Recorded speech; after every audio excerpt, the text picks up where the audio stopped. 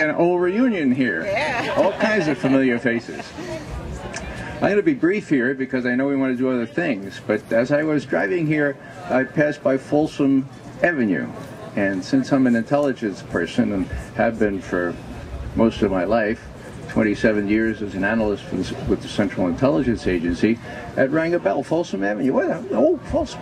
Yeah, doesn't that have room 641A at 611 Folsom Avenue? Which you all know is where Nancy Pelosi's blessed wiretapping operation involved AT&T tapping into all our internet, all AT&T subscribers, and there's several other such rooms. Now, how can I say that Nancy Pelosi approved of that? It's very easy. She said so. When she became Speaker of the House, she wrote an excellent article, op-ed in the Washington Post, in which she said, and I brought it here so that I could quote it very accurately, she said, you know, intelligence gathering and intelligence analysis is really the responsibility of the legislative as well as the executive branch. Now, then she bragged about being on the Intelligence Committee of the House for 10 years. So now it makes 12, since she's still a member ex officio. And what has happened to the intelligence in the last 12 years? My goodness, we've seen it all corrupted, the analysis, and we've seen the operations turn into torture, illegal eavesdropping. We've seen, kidnapping and keeping people in black holes without telling their parents or their children, or much less the Red Cross. So that's the kind of oversight. Nancy Pelosi has a different kind of meaning to the word oversight. We talk about the intelligence oversight committees. Well, we used to, oversight used to, you looked at these plans pretty carefully and you said yeah or no. Now, Nancy Pelosi and Pat Roberts and that whole crew, including Jay Rockefeller, their oversight gives a new significance to the China, because of the overlook committees now. We have the intelligence overlook committees, and that's really bad. Now, explaining herself, she complained, this is the opponent, whatever her name is, Pelosi, yeah. She says, the Bush administration, this is her writing, consistently acts as though it alone owns all the intelligence information. And, that's really sad. That's not a quote. She says, the executive branch provides notice of some especially sensitive intelligence operations just to a couple people in the Congress. Like me, since I was on the Intelligence Committee for 10 years.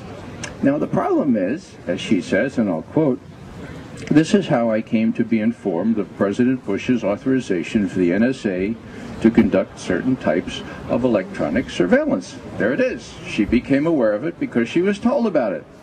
But, and I quote, "When the administration notifies Congress in this way, it's not seeking approval.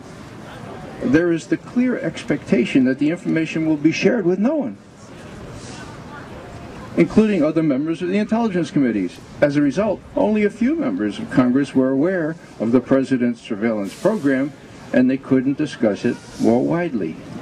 Now I ask you folks, when you become aware of a crime, and this is a crime, it's against the FISA law, are you supposed to keep your mouth shut because somebody in these executive branches, no, it's a secret, it's a secret, we can tell you about it, but you can't tell anybody else.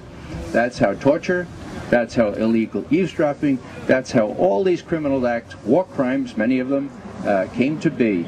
There was nobody, the only break on the executive branch, the only break on the president's use of the CIA are the oversight committees of the Congress, and when they refuse to do their job, as they did during Nancy Pelosi's tenure, then bad things happen, like really, really bad things. Now, I want to just point out just a couple things here. When the illegal eavesdropping program was divulged, it wasn't Nancy Pelosi who divulged it, it was the New York Times. They had learned about it before the November 2004 election, and they kept quiet for a year and a half. Isn't that neat? It was only when James Risen, one of their own correspondents, was going to publish a book. The book was in galleys, it was just about to come out, and the New York Times fellow said, hey, it's going to be embarrassing if our own our own correspondent is publishing a book about these things, and we don't put it in the paper. So they went to the president and said, could we pretty please publish it? He said no, but it was too late. They went and published it anyway. Why do I mention that? Well, I mention that because Bush, far from denying it or apologizing for it, he bragged about having authorized this program more than 30 times. Now, how could he do that? How could he do that if the Intelligence Committee was doing its work? Or how could he do that if he wasn't sure that people like this Nancy Pelosi were not going to call him on it? Well, you know how, folks? You know how? Because she was compromised. Because her conversations were overheard. And they had tapes of her not only approving these programs, but cheering for them. Torture? Yeah, well, sure. Are you sure waterboarding is enough? That kind of stuff, all right? Eavesdropping? Sure, we got a room there right in Folsom Street. Feel free to use it. So they had her on tape, folks. And that's the reason the FISA law was drafted and enacted. J. Edgar Hoover used to do that all the time. And so here's the big secret. Impeachment off the table? Of course impeachment has to be off the table, because any investigation worth its name would have uncovered Pelosi's role in this and the role of very prominent Democrats. That's why they wouldn't impeach, and also they thought they could win bigger this fall if they wouldn't impeach. And that's as bad as it gets. I've been around for 45 years in Washington. I've seen a lot of stuff, including Watergate, everything else. And this is pretty bad. This is as bad as it gets. Let me just say two more things. In April of this year, Jim McGovern, representative from Massachusetts, no relation, good guy, he felt so embarrassed by all this stuff that he said that, we're going to insist from now on that the legislative branch is equal to the executive branch. Oh, wow, that's really neat. And he said Nancy Pelosi is emphasizing that we're an equal branch of government and we're no longer a cheap date. Well, we got a cheap date here, folks, and we got to get rid of this cheap date with someone who has some intestinal fortitude, who has some guts, and that's Cindy Sheehan. Now, just a final word here.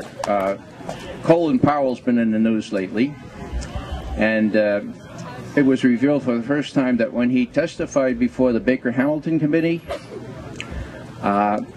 Baker and Hamilton and some of the others started asking him embarrassing questions about, didn't you know you were lying through your teeth when you were at the UN? So he got up and walked out. And this is the point, folks. When he walked out, James Baker, the quintessential Republican operative, pointed at Colin Powell and he said, there's the one guy in this country who could have stopped this war. Okay? All right. Now, he's exaggerating, because there are at least 3 people in this country that could have stopped that war. Colin Powell, Nancy Pelosi, and her counterpart in the Intelligence Committee of the House. There are 2 of them, Roberts and Rockefeller, equally guilty. So what we have here is a need for somebody who will do the job. And you know what it takes? It takes guts. It takes fortitude. It takes people who won't sort of listen to the great master and say, well, yes, sir. Yes, sir. How high should I jump? Cindy Sheehan is not going to put up with this kind of stuff. That's why the machine that controls the media in this city and other places of the country is unwilling to give her airtime. So it's up to us, folks. It's always been up to us, but this time it's up to us in spades. There never has been any other. We've got to get out there and get a new, fresh look at this, a person who will come in and say, wait a second, you say I have to not tell the American people about these crimes? Give me a break, A person who will go to Crawford, Texas and say, all right, Mr. President, you said last week that my son and the others died for a noble cause. Tell me what this noble cause is, okay?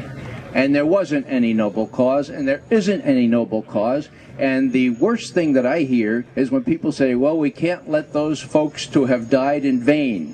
What a cynical approach that is. So these folks that died in vain up there from their vantage point are saying, oh yeah, send all my buddies there. Have them die in vain too, because it's a vain effort.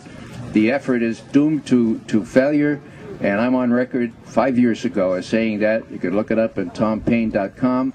That thing in Iraq is unwinnable. It's not a war. It's an occupation. Cindy understands that, and my goodness, I'm really looking forward to January because I live right near Washington, and I'm just delighted to be able to welcome the new representative from San Francisco, Cindy Sheehan.